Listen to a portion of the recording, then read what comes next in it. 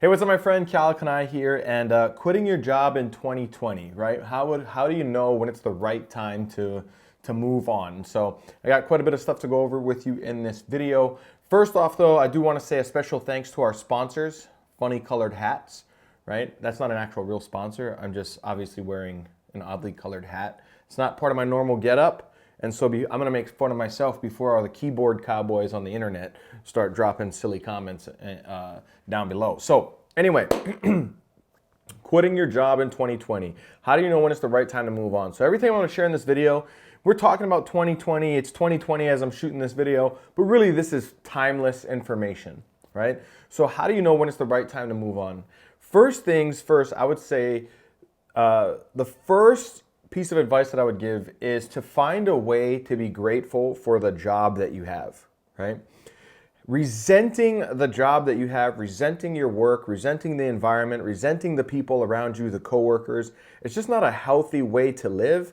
And it's been said before, and you may have heard this before in a lot of personal development books, what you resist persists.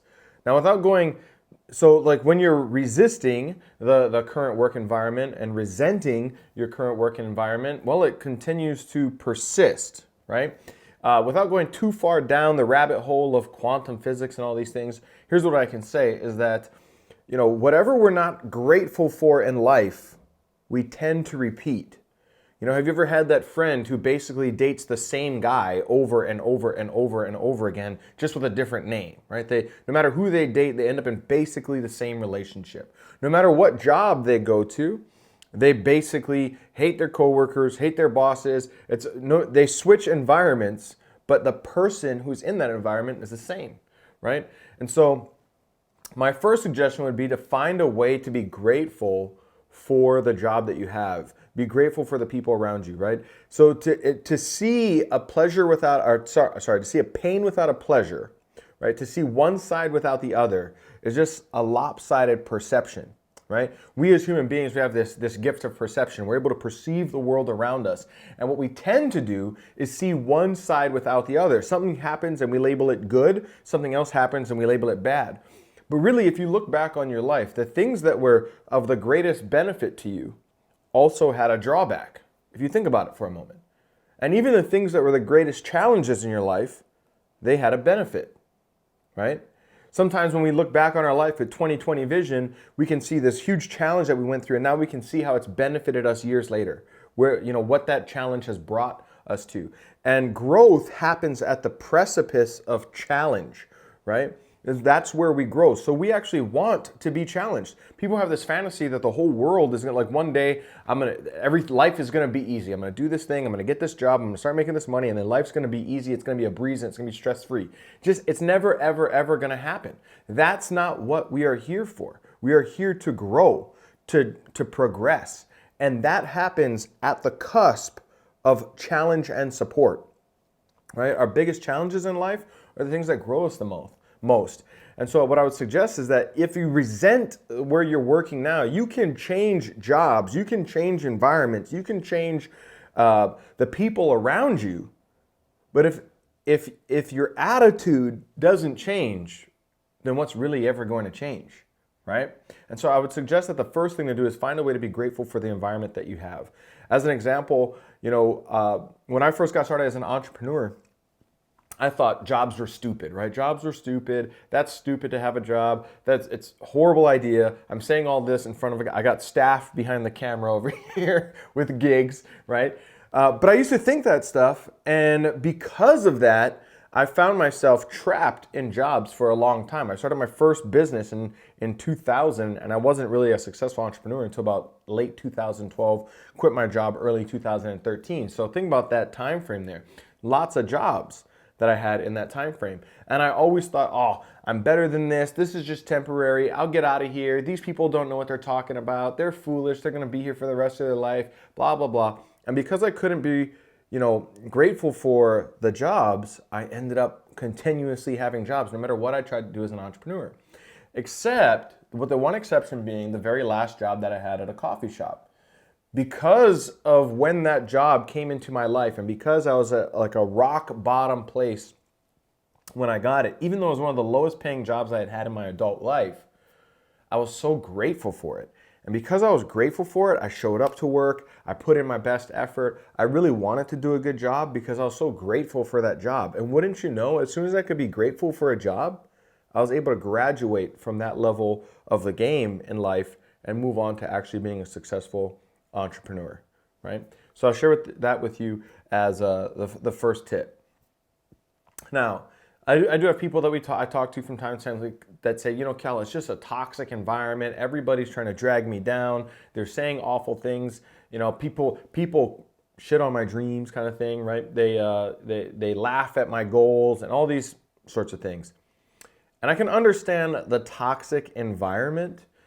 And one of the best lessons I got was from a toxic environment that I worked in. It was the restaurant that I worked in before the last the coffee shop job.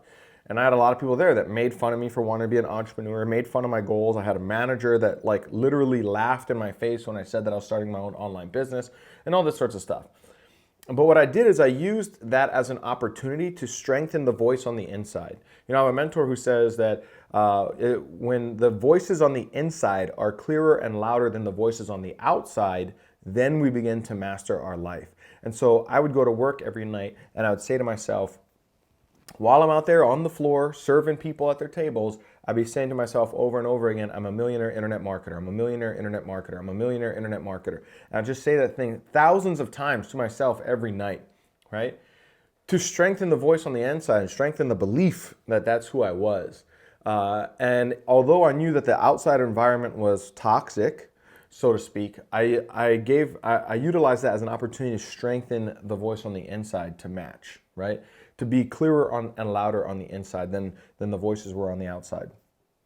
But of course, it's easy to say you should change your environment if it's a toxic environment. And I wouldn't necessarily disagree with that. What I would suggest though is that you're not powerless just because if your environment dictates your attitude, you are a victim to your environment. But there are no victims in life, right? You have the inside of you is an amazing, powerful, incredible human being that came into this world with all the tools and assets and wisdom that you need to create whatever it is that you want in your life. And so when we have the ability to dictate our environment, that is when we start to become the master of our life, right?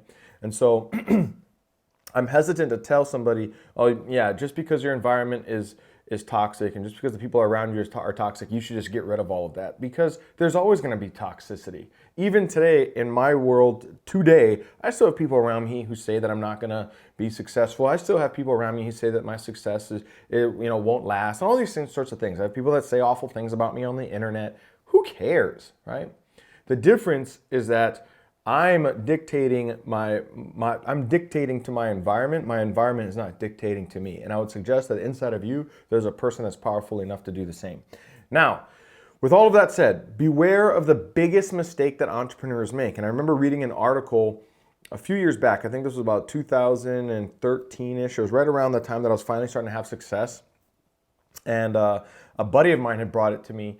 And it was about the top 5 mistakes that entrepreneurs make. And one of them was quitting their job too soon. And as soon as I read that one, I realized oh my God, I was guilty of that sin so many times, right? I got excited, I got ambitious. So I thought to myself, I'm gonna go out and do the thing, and I'm gonna burn ship, that whole phrase, burn ship. I'm just gonna burn ship and make sure that I have no plan B, therefore plan A must succeed. And within a few months, I found myself working back at another job again, because you can only go so long with no money in the bank account before you start stressing out, And so I would suggest that you not make the number one mistake that or one of the biggest mistakes that entrepreneurs make, which is quitting their job too soon. Instead, inside of my community with our clients, we are very well known for saying that, you should focus on tripling your side hustle income. When your side hustle is triple what your regular income is from your job, then you have the ability to quit, right?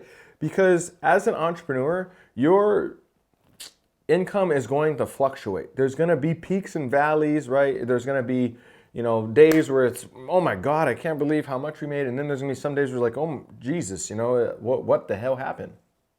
There's still some days in my business, or been months in my business, where I've had to write a check to pay everybody in the company because we had a tough month for whatever reason. Funnels broke, we had ad accounts banned, something happened, and we came up short. And instead of me getting paid to run the business, I had to pay to run the business, right? And those challenges are going to come. There's going to be ups and downs along the way. So you want to have enough room in that side hustle that you can adjust for those fluctuations without having to mess with your psyche, right? Sometimes people quit too soon and then they have one bad month and they're freaking out. There's anxiety, there's stress, and there's self-doubt. And all those voices of doubt creep in, and it becomes hard to stay focused on the thing that you are building.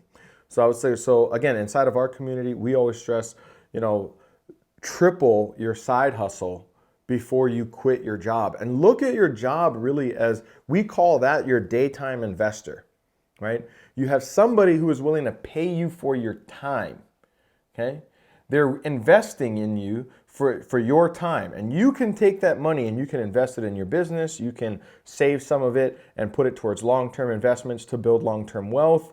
How you manage the money that comes into your life is really what's going to dictate whether or not you become wealthy in the long run, or whether or not you're able to build a business. So if somebody were willing to invest in you, if I came to you and said, hey, listen, if you'll work for me for 40 hours a week, I'll pay you $5,000 a month, and you can use that. Let's backtrack just a sec. We'll rephrase that. If I came to you and said, you know what, I believe in your business, and I'm willing to invest $5,000 a month to get you off the ground. But in exchange for that $5,000 a month, here's all I ask, is you're going to do some work for me for 40 hours a week, helping me build my business. Would that be fair to you? If it were framed that way, most people would say yes. Yeah, that's fair. I'll put in 40 hours for you, and then I'll put in 40 hours for myself every week, right? And I'll get on the grind, or 20 hours, or 10 hours, whatever you can afford to do. And I'll get on the grind and I'll do my thing. If it were framed that way, most people would understand it, but it's not framed that way. It's framed as like, these, in the entrepreneur world, there's a lot of talk about where people belittle employment, and there's just no reason for that. It's very silly. It's a very silly narrative to have to speak lowly of jobs, right? So because people have that judgment of themselves, if they're a wannabe entrepreneur and they have a judgment of themselves for having a job, they tend to, put themselves down and resent it. Instead, look at that as your daytime investor. They're giving you money every month. They ask for a little bit of your time. The rest of the time that you have, you have 24 hours in a day, 8 hours you sleep, 8 hours you work, or whatever it might be, and you've got some time in there for yourself. What you do with the rest of that time, and what you do with the money that's left over in every paycheck, that's what's going to set you free. If you had that investor, if I came to you and told you I'll invest my $5,000 a month, you work for me for 40 hours a week, would you cut me off as your investor? No. So why cut off a job, right? Instead, you work that thing, you hustle at it, you put money aside, you put it into your business, you work some extra hours outside of work to get your side hustle up and running, you grow, you double or triple your income outside of your job, then you leave. That would be the advice. And find a way, if it's toxic, if it's challenging, if there's negative people around you, find a way to be grateful. Find a way to see the benefits in all of that. It's just like my restaurant job gave me the opportunity to strengthen the voice on the inside, to be clearer and louder than the voices on the outside. Perhaps yours is giving you the same. And I'll see you in another video. Take care.